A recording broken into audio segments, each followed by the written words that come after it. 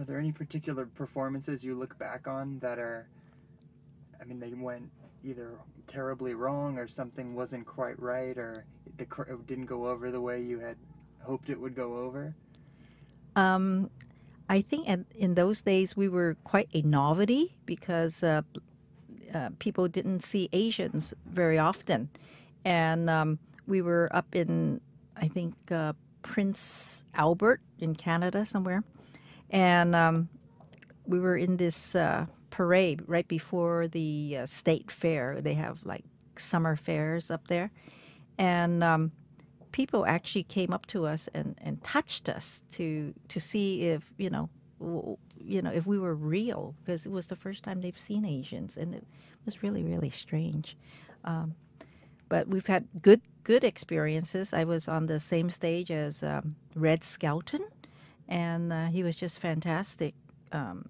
He treated us really, really nice, and he was a very, very kind person. And he's one of the performers that I remember very much that was so nice to us. Would you be traveling throughout the whole year, or Um, Basically, we tried to travel throughout the year. Sometimes we had some time off, and when we did, we would come home, and that was when you know, uh, I would be able to see my family.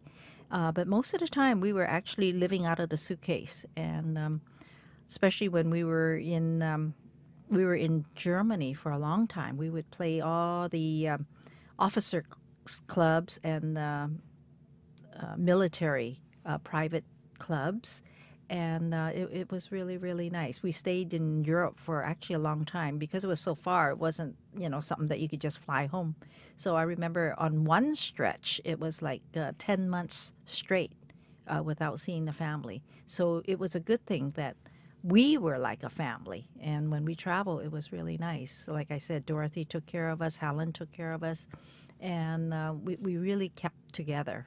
And that part, when we finished the 7 years, it was like, you know, breaking up of the family. So it was really nice. and how many traveled together? We had a total of 10 of us. And sometimes the main singers, the act, they would change.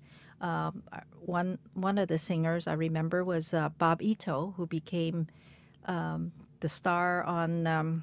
He was Sam on the television show, and he he had to leave to also do Flower Drum Song at that time, and so another singer would come in to replace him, and we had a pair of twins in our show. They were from Japan, and they were known as the Sakura Twins, and they traveled with us most of the time.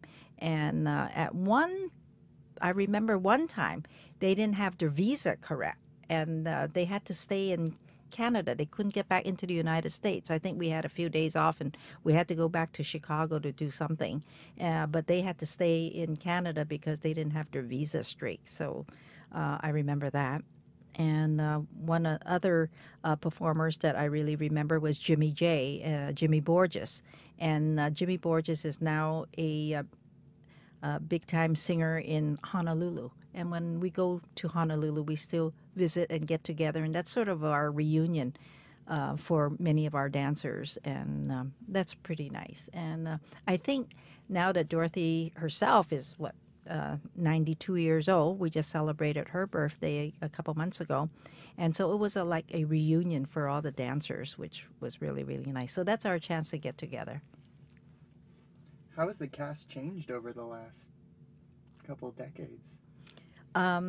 The Most of the gals, some moved to New York, and some live in Hawaii, and a couple of the gals live in Los Angeles. One lives in Arizona. In fact, during the decades, a couple of the dancers even, they have passed away already. So uh, it's it's pretty hard. We were like family. And throughout all this, how did you find time to? Did you get married after you had um, stopped the show after that 7 years? It was after the 7 years. I think about a year after the show disbanded, we got together to do one more show, I think, up in Vancouver, Canada, and that's where I met my husband. He actually was introduced to me by Dorothy's husband, who was in the audience, and met my husband. And so we got together. He took us sightseeing, and it was really nice. Do you remember first meeting him? Yes, actually, I do. Now that you talk about it, he was sitting at the bar having a drink, and he was very, very nice. He was the manager of a restaurant called Trader Vic's at that time, and he invited our whole cast down to the restaurant for lunch the next day. And we all went, and he was so hospitable and very nice to all of us. And so that's how it started.